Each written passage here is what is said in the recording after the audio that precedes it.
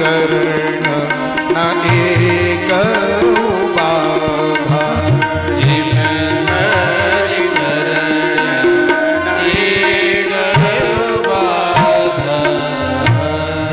जैसे परमात्मा की शरण में कैसे बाधा रहित हो जाता है जीवात्मा, बोले ठीक उसी प्रकार से जैसे गहरा जल हो, अथाह जल भरा हो, तो मछली को वहां पूर्ण सुख रहता है।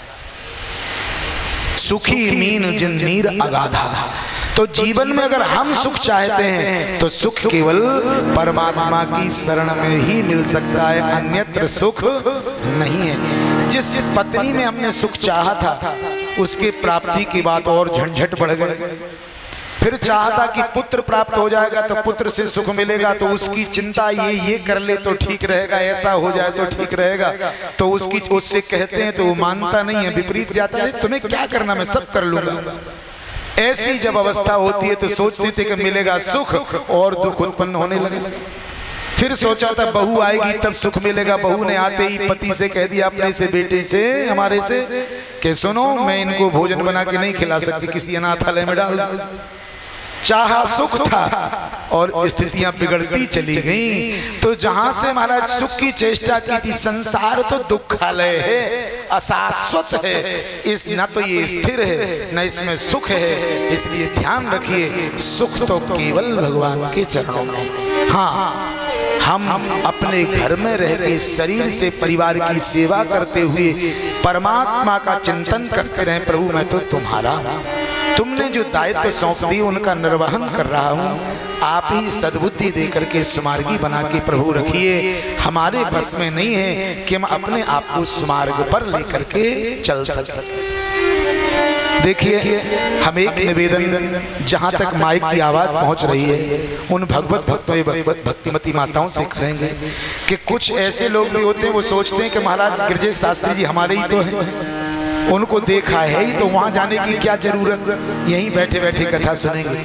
लेकिन जो किसी कार्य में व्यस्त है उनकी तो मजबूरी है, लेकिन जो व्यस्त नहीं है उनसे हम निवेदन करेंगे कि आप माता शीतला के सानिध्य, भाई कथा प्रांगण का एक अपना फल होता है।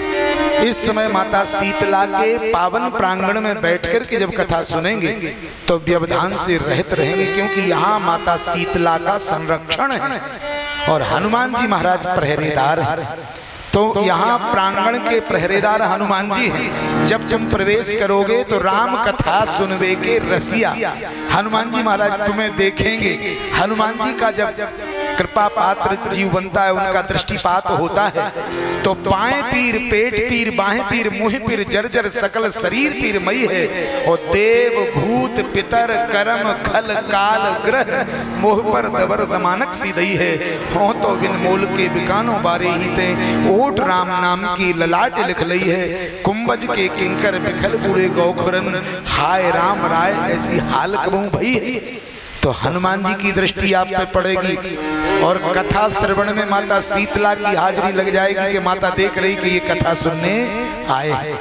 तो हो सकता है कि माइक से आप वहां भी लाभ ले रहे होंगे, लेकिन जो किसी कार्य में व्यस्त नहीं है वो माता के मंदिर में ही प्रवेश करके आके विराजमान हो, जिससे कि हमारा भी उत्साह बढ़ता है आपको देख करके। श्रोताओं का बल ही वक्ता को बोलने का सामर्थ्य देता है। इसलिए आग्रह करेंगे बाहर जो श्रोताजन बैठकर के कथा श्रवण कर रहे हैं वो प्रांगण में आए। यहाँ बढ़िया कूलर लगे हुए हैं, आपको यहाँ गर्मी का अनुभव नहीं होगा। भगवत कृपा से अनुकूलता है तो सभी जो आवाज को सुन के और केवल कथा के लक्ष्य से ही बाहर बैठे वो कृपा करके अंदर आ जाएं और माता शीतला के प्रांगण में बैठ के कथा श्रवण करें। तो देखिए ये क्या प्रश्न का उत्तर देते हुए कहा कि तीसरे युग द्वापर में भागवत की रचना की, फिर सुखदेव जी को कैसे पढ़ाया, क्यों? बोले सुना है कि उनके जन्म की कथा का वर्णन करिए, और वो जंगल में चले गए तो कथा कैसे भागवत पढ़ी। तो कहा है क्या एक समय की बात है, क्या हुआ कि जब देवऋषि नारद ने देखा कि सत्संग की वृद्धि होनी चाहिए, मन में भाव बना, बीणा बजाते हुए कैलाश पर्वत पर पहुंचे और माता पार्वती को प्रणाम किया। माते प्रणाम स्वीकृत हो। आओ आओ देवऋषि नारद आओ। स्वागत किया माता ने, और स्वागत करके महाराज कहते हैं क्या, स्वागत करते हुए कहा कि हे नारद, बहुत दिनों में आए हुआ आगमन का कारण। देवऋषि नारद कहते हैं कि माता, एक उत्कंठा हृदय में जागी है, उसके समाधान के लिए आया। कहिए क्या उत्कंठा है? बोले माता ये बताओ, देवाधिदेव भगवान महादेव आपसे कितना प्रेम करते हैं? तब तो माता देवऋषि नारद के प्रश्न को सुनकर के हंस पड़ी, कहने लगी कि हे देवऋषि, मेरे भोले, मेरे पतिदेव महादेव मुझसे इतना प्रेम करते हैं जितना वो अपनी आत्मा से प्रेम करते हैं। अरे पति पत्नी के प्रेम को तो वही जान सकता है जिसका विवाह हुआ, और तुमने तो विवाह किया नहीं है, तो कैसे समझाऊं भगवान महादेव मुझे कितना प्रेम करते हैं? अच्छा बोला। तो कहा कृपा करके एक बात बताओ माता, जब भगवान देवाधिदेव महादेव का इतना प्रेम है तो उनकी कोई भी गतिविधि आपसे छुपी तो होगी नहीं? बोले कुछ नहीं, पूछो उनके विषय में क्या जानना है। तो देवऋषि नारद ने कहा माता, महादेव की ग्रीवा में जो मुंडों की माला है वो मुंड किसके हैं ये बतला दो। मैया तो अपना सिर पकड़ के रह गई कि ये तो मुझे भी पता नहीं। मैया ने कहा ये तो पता नहीं। तो बोले काय का प्रेम? पति के गले की माला काय की है, जब यही पता नहीं किसके मुंड हैं, ये क्यों धारण कर रहे हैं, ये ज्ञान नहीं है तो कैसा प्रेम? मैया बोली अभी जाके पूछते। हाँ बोले मैया अब तुम पूछते रहा, हम तो जा रहे हैं। तो नारद जी ने ऐसी आग लगाई कि बुझने वाली नहीं है, जो चाहते हैं वो लक्ष्य की पूर्ति से हो जाएगी। देवऋषि नारद तो चले गए, माता पार्वती महादेव की सन्निधि में पहुंची हैं, जहां समाधि लगाए भोले बैठे हैं कैलाश पर। जाके आवाज लगाई महादेव महादेव, नहीं जागे तो ताली बजाई। माताएं मंदिर में जल चढ़ाने भोले को जाती, ताली बजाती समाधि खुल जाए। जैसे ही ताली बजाई तब भी नहीं, भगवान की समाधि खुली तो चरणों को पकड़ के दबाने लगी। भगवान महादेव की समाधि खुल गई। पूछने लगे हे महादेव, कहिए महादेवी आपने हमको समाधि से क्यों जगाया? हे देवाधिदेव, मैं ये जानना चाहती हूँ कि आपकी ग्रीवा में जो मुंड हैं, ये माला में ये मुंड किसके हैं? महादेव ने कहा देवी कैसा प्रश्न है, इसका क्या अर्थ? अरे कोई सत्संग की चर्चा का प्रश्न करो तो हम सत्संग सुनाए। नहीं हे महादेव, आज तो ये जान के रहूंगी कि आपकी ग्रीवा में मुंड माला किसके मुंडों की है। महादेव ने पूछा नारद जी आए थे क्या? महादेव ने कहा आए तो थे। तब तो बोले बताना ही पड़ेगा। और महादेव ने कहा कि हे महादेवी, ये जो मुंडों की माला है ये मुंड किसी और के नहीं है, ये मुंड तुम्हारे हैं। माता ने कहा कि महादेव मेरा मुंड तो मेरे धड़ के ऊपर है। नहीं देवी, इस जन्म का नहीं, इससे पहले जो तुमने जन्म लिए उन जन्मों में जब सती रूप से देह त्याग करती रही तो उस समय तुम्हारे इस मृत शरीर को लेकर के मैं मोह में आसक्त होकर तुम्हारी आसक्ति में भ्रमण करता रहा। भगवान नारायण ने अपने सुदर्शन चक्र से तुम्हारे अंगों को काट काट करके भूमि पर गिराया। जहां जो अंग गिरा वहीं शक्ति पीठों का निर्माण होता चला गया। केवल सिर से बचता था, उसको मैं आसक्ति बस धागे में पिरो करके और ग्रीवा में माला बना के पहनता गया। मैया पार्वती ने कहा महादेव, मैं इतनी बार मरी कि मेरे मुंडों की माला बन गई आपकी ग्रीवा में, और आप एक बार भी नहीं मरे, इसका कारण? तो महादेव ने कहा महादेवी, मैंने अमृत पी लिया है, अमर कथा का अमृत, इसलिए मेरा मरना बंद हो गया, मैं मरता नहीं हूं। महादेवी ने कहा महादेव, आपने ये बेईमानी कैसे की? आपने अमृत पिया और मुझे अमृत नहीं पिलाया, क्यों? माता पार्वती ने कहा सुनो, अब या तो आप मरना आरंभ करो या मुझे अमर करो, क्योंकि मैं मर के जन्म लेके आती हूँ और मेरी तो प्रतिज्ञा है, कोटि जन्म लग रगर हमारी, बरौं शंभु न तो रहूं कुमारी। एक नहीं 1 करोड़ जन्म भी मेरे हों तो मैं भगवान शंकर से ही विवाह करूंगी, अन्य किसी का वर्ण नहीं करूंगी। इस प्रतिज्ञा के अनुसार मैं बार बार आपको अपना पति बनाती हूँ। आप बैल पे बैठ के दूल्हा बन के आते हैं, 80 वर्ष का दूल्हा और 16 वर्ष की दुल्हन। तो लोग गाते हैं क्या, गौरा 16 वर्ष की और भोला 80 वर्ष की, तो ये जोड़ी अच्छी नहीं लगती। तो या तो मुझको अमर कर दो या आप मरना आरंभ करो। महादेव बोले देवी हम तो नहीं मर सकते क्योंकि अमृत पान कर लिया। तो बोले वैसा करते हैं कि तुमको भी वो अमृत पिला देते हैं।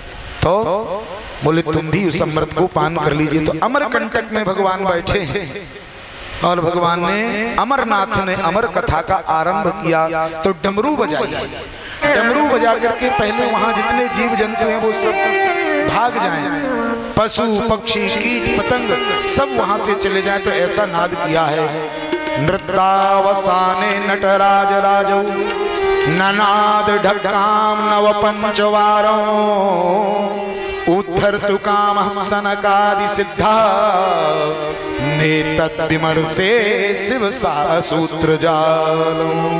भगवान शंभु की डमरू के नाद से निकले हुए जो शब्द हैं पूर्व में, जो कि सनकादिकों के तप से प्रसन्न होकर के भगवान ने डमरू को बजाया और 14 सूत्रों को उत्पन्न किया था।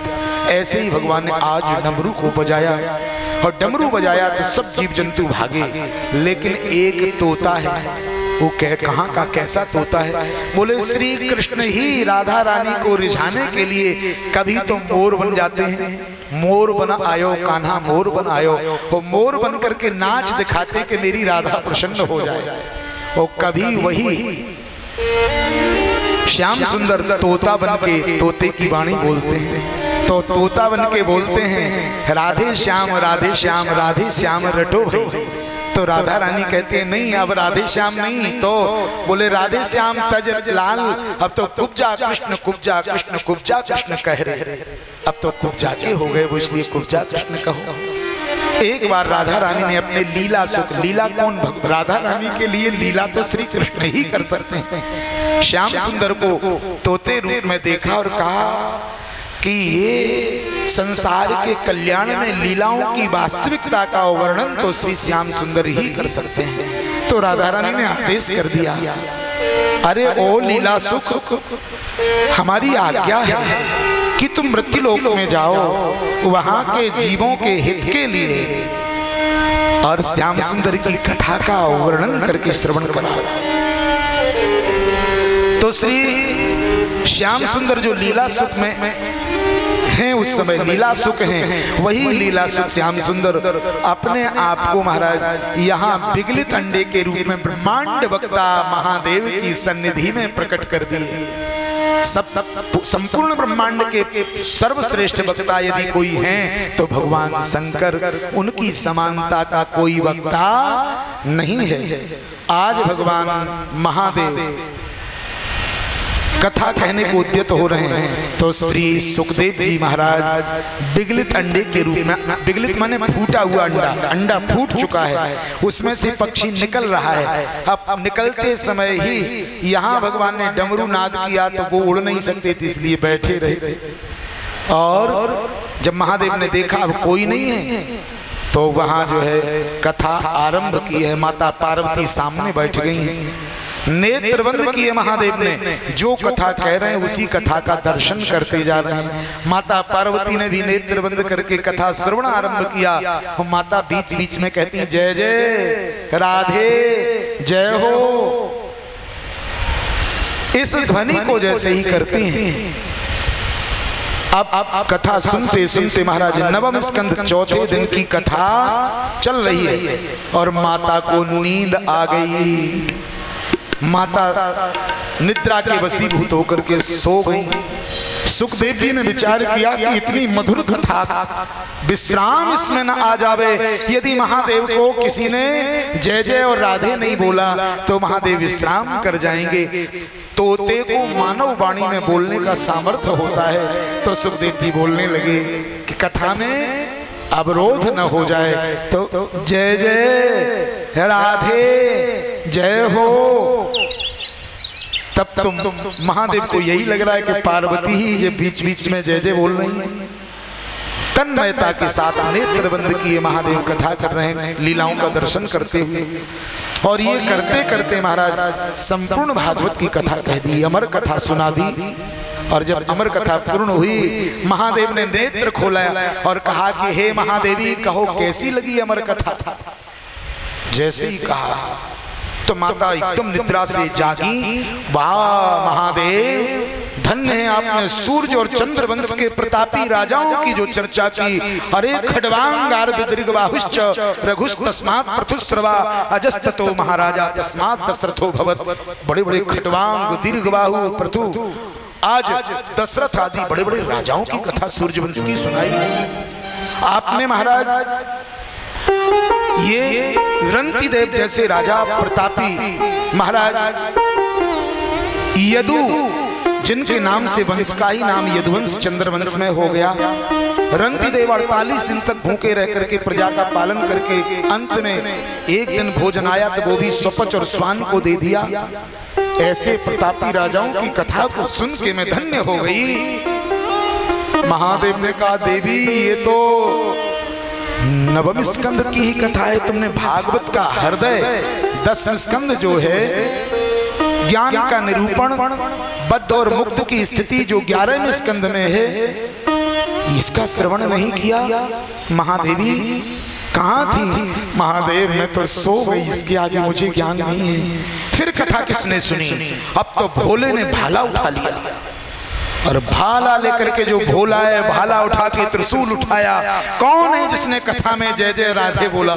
सुखदेव जी ने देखा कि बाबा अब तो भाले को लेके खड़े हो गए, अब खैर नहीं। तो सुखदेव देखते ही पंखों को फड़फड़ाए और महाराज उड़ना आरंभ किया। तो उस अमरनाथ से यात्रा आरंभ की और बद्रीनाथ की ओर भागी। सुखदेव भाग रहे हैं और महादेव पीछा कर रहे हैं त्रिशूल लिए, पर्वतों को लांघते हुए। महाराज जैसे ही बद्रीनाथ धाम में आए, सुखदेव जी ने देखा कि अब आश्रय कहाँ लूं। तो व्यास जी की पत्नी माता सुकी उस समय जम्हाई ले रही थी। विचार आया कि इस गुफा से ज्यादा सुरक्षित स्थान मिलने वाला नहीं है। तो माता सुकी के ही मुख द्वार से प्रवेश करके गर्भ में पहुंच गए। महादेव तब तक तो व्यास आश्रम के दरवाजे पे आए, सम्याप्रास के दरवाजे पर खड़े हैं। आवाज लगाई, वेदव्यास। महादेव के आगमन को जान करके व्यास जी महाराज गए हैं, निवेदन किया है पधारी, अर्घपाद से पूजन करके मैं आपका स्वागत करता हूं। जैसे ही निवेदन किया तो व्यास जी को महादेव ने कहा कि हे वेदव्यास जी, हम स्वागत की कामना से यहाँ नहीं आए हैं। तो यहाँ एक चोर ने चोरी करके जो भागा है, आश्रय आपके आश्रम में लिया है, उसको बाहर निकालिए। व्यास जी ने कहा आपके यहाँ और चोरी? हे महादेव, आपके पास बचा क्या है जो कोई चुराएगा? क्यों आपने तो सब बांट दिया, आप तो भोले भंडारी थे, लेकिन अपने भंडार में से सब कुछ लुटा दिया। क्या धन्य धन्य भोलेनाथ, बांट दिए तीनों लोग पल भर में। प्रथम वेद ब्रह्मा को दे दिया, बने वेद के अधिकारी। विष्णु को दिया चक्र सुदर्शन, लक्ष्मी सी सुंदर नारी। इंद्र को दिया काम धेनु और ऐरावत सा बलकारी। और कुबेर को कर दिया आपने सारी संपत्ति का अधिकारी। आप नशे में मस्त रहें और पिए भंग नित खप्पर में, ऐसे दीन दयाल मेरे शंभो। तुम्हारे पास चुराने को है क्या, ये तो बताओ। सांप बिच्छू ततैया, नरियल का कपाल और मरघट की शमशान की भभूति, इसका कोई लेके करेगा क्या? जैसे ही कहा तो महादेव ने कहा कि हे वेदव्यास जी, ये भौतिक जगत की वस्तुओं की चोरी नहीं की है उसने। तो बोले वो तो अमर कथा को चुरा के भागा है। अमर कथा? ये अमर कथा क्या है? बोले अमर कथा का तात्पर्य है जो अमर कर देती है, ऐसी दिव्य भागवत महापुराण की कथा। क्या अमर कर देती है? हाँ। तो आप भाला लेके क्यों भागे जा रहे हैं पर्वतों को लांघते हुए? बोले उसे मारने जिसने चोरी की। बोले हे महादेव, इसीलिए तो लोग आपको भोला कहते हैं। आप ही कह रहे हैं कि मैंने उसे अमर कथा सुनाई, अमर कथा सुन करके वो चोरी से भागा, और अमर कथा का प्रभाव है कि जीव अमर हो जाता है। अब आप भाला लेके उसे मारने दौड़ रहे हैं, वो मरेगा क्या? शंकर जी लो, हम तो भूल ही गए कि वो तो अमृत पी लिया, अब मरने वाला नहीं। तो भाले को नीचे किया और लौट लिए। वो तो लौट के चले गए अपने कैलाश, लेकिन सुखदेव जी नहीं निकले माँ के गर्भ से। 1-2 वर्ष नहीं, 12 वर्ष बीत गई और सुखदेव जी माँ के गर्भ के बाहर नहीं आए।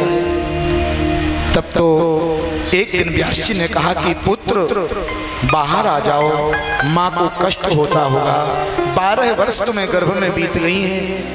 सुखदेव जी ने अंदर से कहा, पिताजी मैं यहाँ मलमूत्र के गर्त में उल्टा लटका पड़ा हूँ, मांस पर्दा से वेष्टित होने के बाद भी मुझे यहाँ कष्ट नहीं हो रहा, भले ही मलमूत्र के गर्त में डूबा हुआ हूँ। उल्टा कष्ट क्यों नहीं है? बोले कष्ट इसलिए नहीं है कि यहाँ माया का प्रवेश नहीं है, मैं निरंतर परमात्मा का चिंतन कर रहा हूँ। और यदि मैं बाहर आऊंगा तो जैसे आकाश से पवित्र बूंद भूमि पर आती है तो आकाश से बरसने वाला जल निर्मल होता है, लेकिन भूमि का स्पर्श करते ही धूमिल हो जाता है, धूल से मिलकर के। ऐसे ही जब तक गर्भ में हूं तब तक मैं निर्मल बुद्धि को प्राप्त किए हूं, लेकिन जैसे ही जन्म लेके पृथ्वी का स्पर्श करूंगा तो विष्णुर माया भगवती यया सम्मोहितम जगत, परमात्मा की माया मुझे जकड़ लेगी और मैं फिर माया के फंदे में फंस जाऊंगा, फिर मेरा तेरा होने लगेगा। इसलिए मैं नहीं आना चाहता। क्यों? बोले मैंने सुना है क्या, तेरा मेरा मेरा तेरा मेरा तेरा तेरा मेरा, क्या मेरा क्या तेरा रे, क्या मेरा क्या तेरा रे, तू तो एक बंजारा ठहरा कर ले रेणु बसेरा।